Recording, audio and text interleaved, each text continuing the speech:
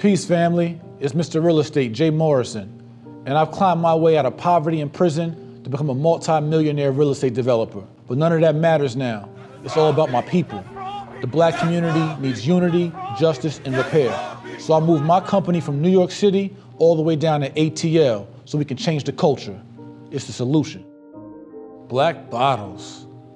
Man, when I thought about this series right here and the solution for our people, I thought about what would happen if we brought all the superpowers to the table. I'm talking about the giants in the game. I'm talking Ross. I'm talking 50. I'm talking Hov, Diddy, Nas, Jeezy. What if we took our superheroes and they brought the superpowers to the table like Voltron and everybody clicked up? What would that look like? I'm not talking about us being the face of a liquor company, having a minority ownership, being somebody's brand ambassador. I'm talking about owning all of it. What if we own the bottles and the factories the bottles came in? We own the liquor distilleries, distribution. I'm talking about real black bottles. Not just popping bottles in the club to your favorite song, everybody having a little claim to fame. I'm talking about the real big homies, really being the plug, really being the connect. I'm talking about real black bottles. I'm here in Atlanta, Georgia at the League Tavern, a brand new black establishment. And I moved my real estate development company, my school, the J. Morrison Academy, and my whole social movement from New Jersey, New York to Atlanta simply to change the culture. I came here to take over the city. And I'm not talking about in a braggadocious way to be pulling through in Phantoms and Lambos, although I might do that, but I did it to change the culture in regards to how we treat each other, how we are economically or financially responsible, and what we do as black people to uplift ourselves, starting here in Atlanta and then going all throughout the country. I'm just here to lead by example, being role model what black love looks like. And so when I talk about black love, yo, the only way that we get on track is through black unity. That's it. And so I imagine, like, I had this vision a year ago. I was reading a Marcus Garvey book called The Life and Lessons of Marcus Garvey, and I encourage everybody to get that book. And yo, Marcus Garvey was so dope because he created schools, he created black newspapers, the Black Nursing Corps, all him out of his brain with his colleagues and associates created all these black businesses in a black star line. Marcus Garvey owned his own boat with the people. So when I look at us owning parts in minority ownership or brand ambassadorships or marketing interests in all these liquor companies, the one thing that all these big homies, our idols, I'm fans of every single one of these kings, and more, like Birdman got liquor, and I think Trey Songz and Ludacris, Jermaine Dupri, and Nicki, and so many others.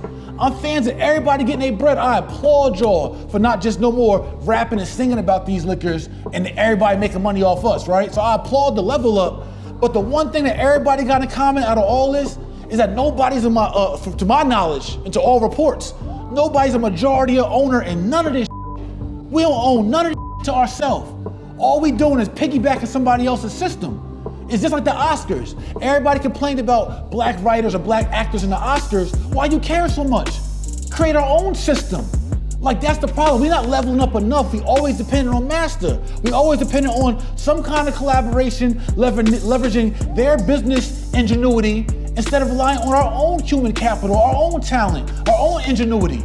So imagine what it looked like if everybody got off their bull, got off their ego, got off their competitive, whether it be friendly competition or unfriendly competition, and say, you know what, 50 Raw, we don't really like each other like that, but man, yo, let's do something. Let's for the people, for ourselves. Let's be an example of what black unity looks like. Yeah, we can get some money with these other folks, but what happens, yo, when we all come together and use our brands, use our dollars, yo, with the influence, the brand influence of all of these superheroes, these black superheroes, these African superheroes, do you know the kind of money that we all could raise under a Regulation A Tier 2 fund?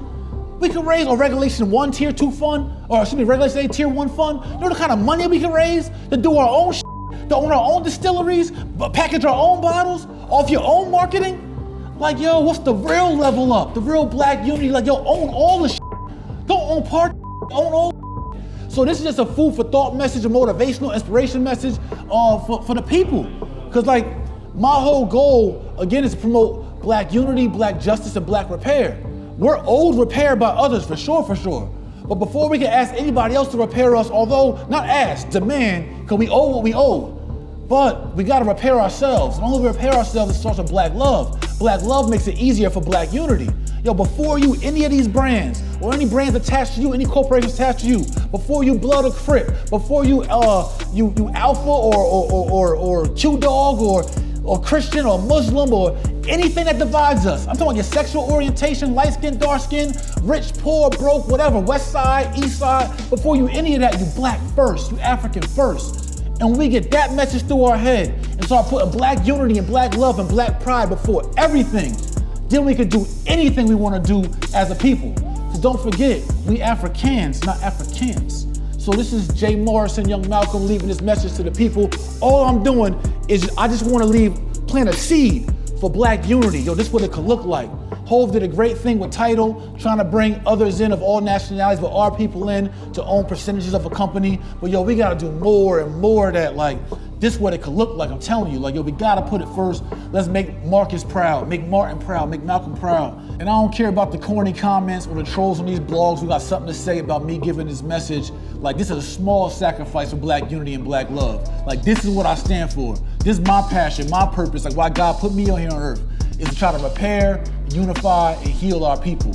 Anybody wanna build, I'm right here in the A, I'm easy to find. Like, come get with me, let's build. Like this black love in the flesh. Young Malcolm, peace.